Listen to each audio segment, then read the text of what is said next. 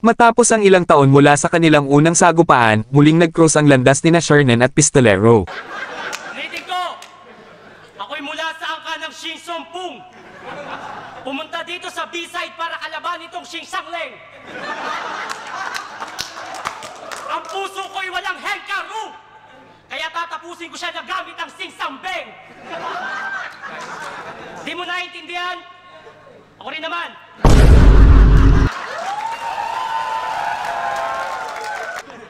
Pero alam mo, Shernan, pogi ka sana. Alam mo lang kung ano yung problema doon? Yung sana.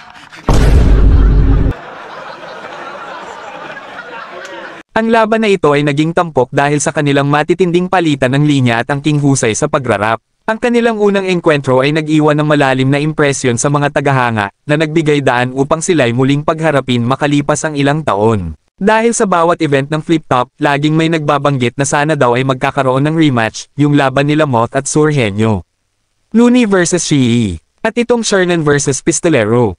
Pero sa dami ng mga battle rapper ngayon, mukhang malabo talagang mangyari na mag-rematch din yung iba. Puro kayo pasaring, pero mga bahag ang buntot. Pero alam nyo kung gaano kagago to. Gusto nyo malaman sino magaling? Motos o pulo, iharap nyo sa akin amo nyo.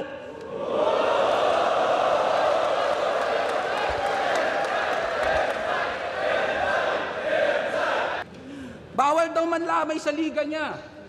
Bawal daw mandamay sa liga niya. Kaya nung may MCing nagsuot ng offensive na damit sa kalagitnaan ng battle, pinagubad niya at pinagbawalan. Ang tanging pinagtataka ko lamang, bakit hindi dinilit yung footage nung inilabas yung laban? That means pinahiya mo yung MC mo para lang ipakitang di mo tinotolerate yung ganyang galawan.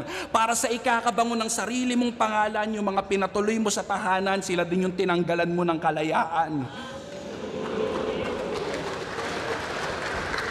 Sa karamihan ng flip-top battles, anuman ang kinalabasan, madalas ay nagtatapos ito sa handshake, fist bump, o kahit simpleng acknowledgement bilang respeto sa naging laban. Ngunit matapos ang huling linya ng ikatlong round, walang naganap na ganoon. Pagkatapos ng laban, si Pistolero ay lumakad palayo nang hindi man lang lumingon kay Shernan. At si Shernan hindi rin nag-abot ng kamay, na parang dinaramdam niya din yung mga personal na banat ni Pistolero.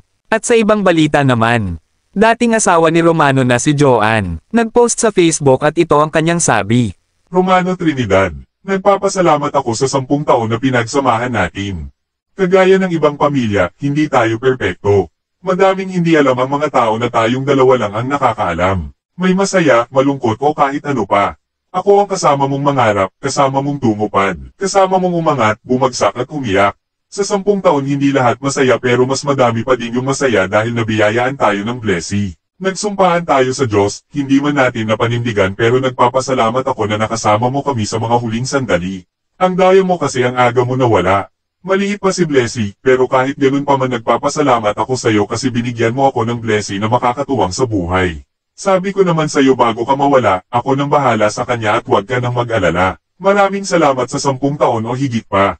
Salamat sa mga aral at pagmamahal. Nakapag-usap na tayo. Nagkapatawaran. Masaya kong peaceful kang nakaalis. Marami kaming nagmamahal sa iyo. At asahan mo, hindi ka namin makakalimutan lalo na ng anak nating si Blessy.